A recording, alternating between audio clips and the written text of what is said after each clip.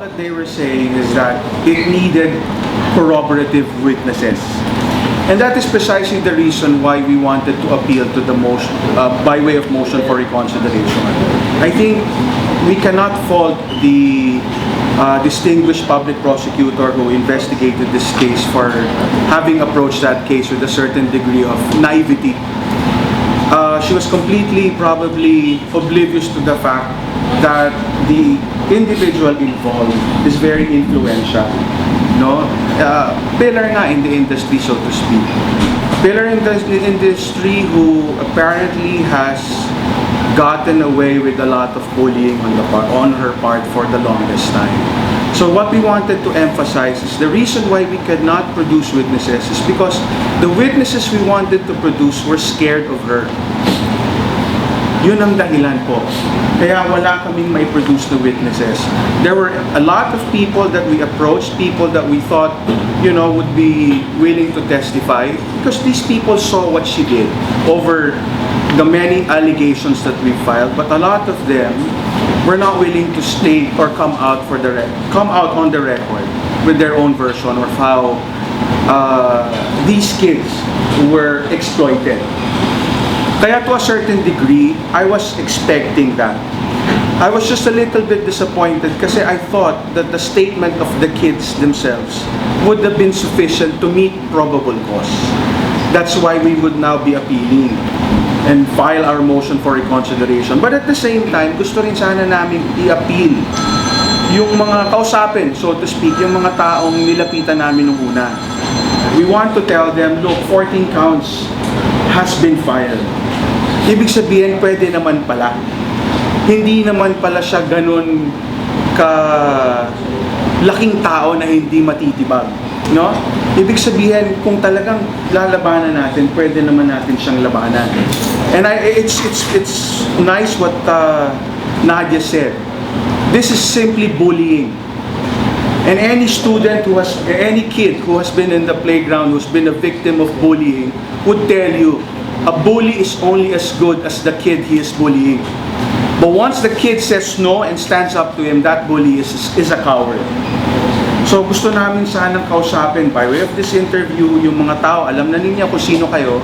In the next few days, we will be approaching you again, try to reason with you, hopefully ask you to reconsider and probably give your testimony for the sake of the kids, para ipakita natin, she's not really that scary pala as a bully. Okay? Any other questions? Actually, kasi na-dismiss siya dahil nakulang sa evidence. So you're asking for a motion for reconsideration.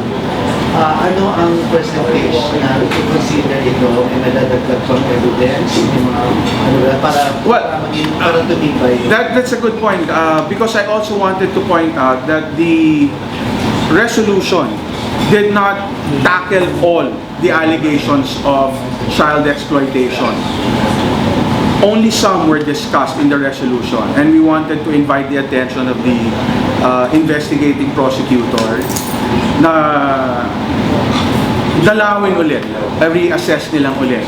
And then again, as I pointed out earlier, we will be, in the next few days, we will be attempting to talk to these individuals na dati namin kinakausap na ayaw mag-testify noong una, natatakot nga, na baka naman, mag-reconsider sila now that they've seen that 14 counts of libel has been filed, that the law does in fact come to the rescue of the victims.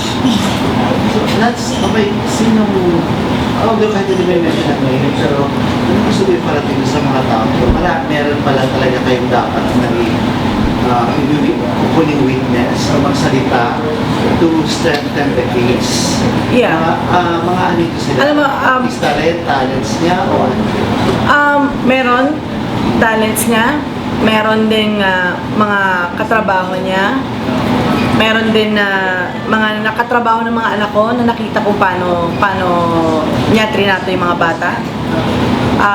These people are scared to lose their jobs because you know how Annabelle fights, and they're just, ang hirap naman kasi na may mga taong nagbe-beg off na Nats, pasensya na, may pamilya din ako pinoprotektahan, na naiintindihan ko, na maybe after this, kahit pa paano, lumakas na rin ang loob nila, na sige, tulungan ko na lang si Nadia, na sabihin ng totoo.